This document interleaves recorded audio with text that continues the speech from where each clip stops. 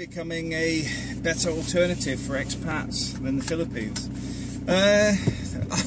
In all honesty, I've spoken to, I think it's 4 or 5 people now that are looking at or going to retire here in Spain rather than the Philippines now. But I will also say that there are Gordon and May are here. May's from the Philippines. We've got other people that have come out of the UK. Brian's come out of the UK to Spain. We've got just down the road here, we've got Andres and his wife. We've got a growing community of people that are coming out. And the funny thing is, all this Brexit stuff, they've been saying how the numbers are declining. I would disagree. In all honesty, I actually find that it would be very difficult for the true numbers of people that live in Spain to be really known. Because a lot of people have expired paperwork.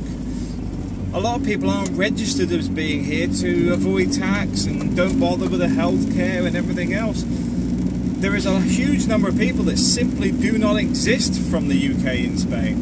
It's why they've started tightening up a bit, because I assume the UK is asking as well. But in all honesty, I don't think the UK or Spain really knows how many expats are here. But why would it be a better alternative than the Philippines? Well, I would have to say that the majority of people in some form originally go out to the Philippines to retire and meet somebody. The majority are like single males looking for a partner. I mean, you don't come across many Western couples retiring in the Philippines, let's put it that way. It's normally a guy looking for a partner. From that social aspect, I would say it is very easy in the Philippines. In Spain, once you get to know the locals, yeah, but are you going to find somebody in many people's cases that's 10, 20 years younger than them or more? Probably not. And that's the clincher for a lot of people, is they actually want a new partner. So that's what the Philippines has as a positive. Cost of living, as a single person, I would say that the Philippines is a little bit, well, it's a bit more expensive than it used to be. It used to be, you could probably easily live on 20,000 pesos going back a bit. And I say that because I know a lot of people go, oh yeah, but I don't need this, I don't need. I'm sort about you could actually reasonably live without, with getting everything you want. You know, having a motorbike or a car, having a reasonable standard of living. But I'm finding the costs are going up. The inflation is a problem with the Philippines, and especially if you got the exchange rates affecting your pension. Now here in Europe, same problem though, with the euro v pound.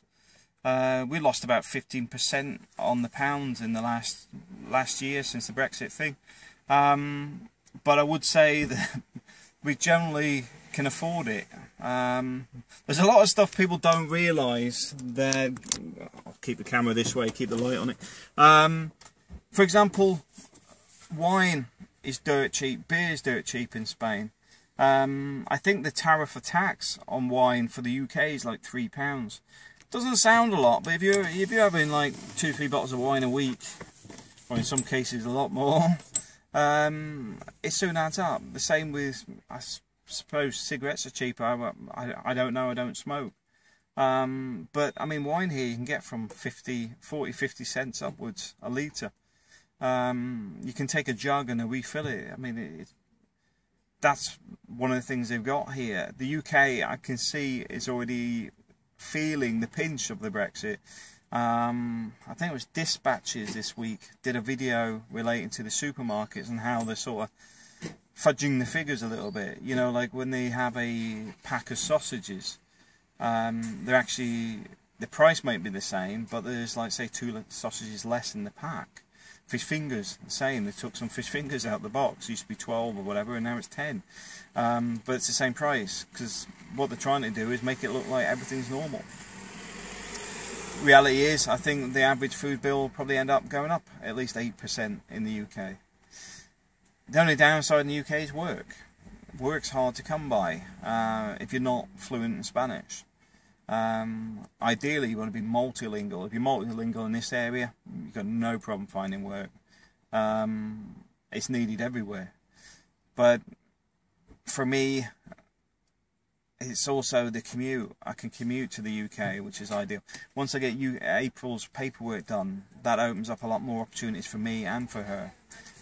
Because April will start working soon. And then obviously I can commute a bit more, and then we'll be buying our house here. Well, I say house, we're probably going to buy an apartment. There's another reason. A lot of the apartments have come down in price in our area. I assume because of the Brexit thing, but also they're still building new properties, which means the older ones are getting cheaper, I suppose. Because a lot of the new ones have in-house financing. So there's a lot of things like that which have a positive reason to move to Spain, because you can get property cheaper. We're looking at a 3-bedroomed apartment with a car park, underground car park space, garage, underground car park garage, because it's even got its own up and over door. That's 80,000. 2 beds. We've seen some cheap ones around now. Prices have started to come down a lot. The one we're interested in now dropped 10,000 euros in a year. Now, although that's 10,000, once we're ready, we'll make a final offer and come in under what they want, and then meet somewhere in the middle. So that'll be probably a total of 15k off last year.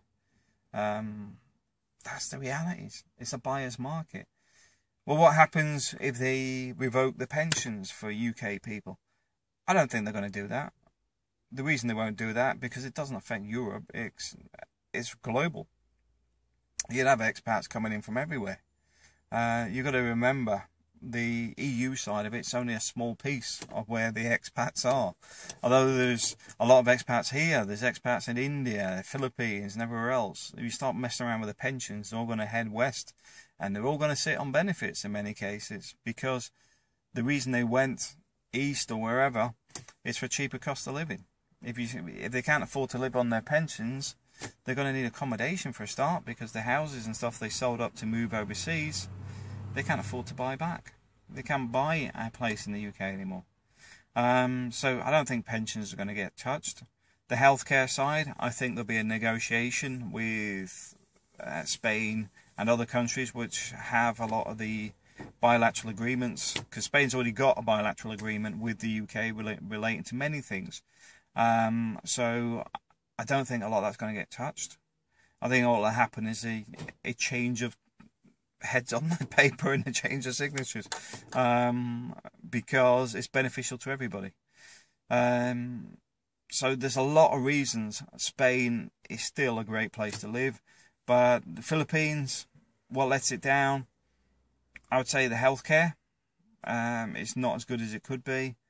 I would say that, before anybody bashes me on it, there's been a brain drain on the healthcare system for a long time. And it's nowhere on par with what we have in Spain or the UK. Well, more importantly, the quality of service is nowhere on par. You could probably get similar types of operations, but I wouldn't say the quality is at the same level. Because where you have state medical systems here that are sort of like a bottomless pit financially, in the Philippines, it's all about the money. Like I was saying with my father-in-law, to get into ICU, we had to pay 30,000 euros up front. 30,000 pesos up front. And then that got him in the door.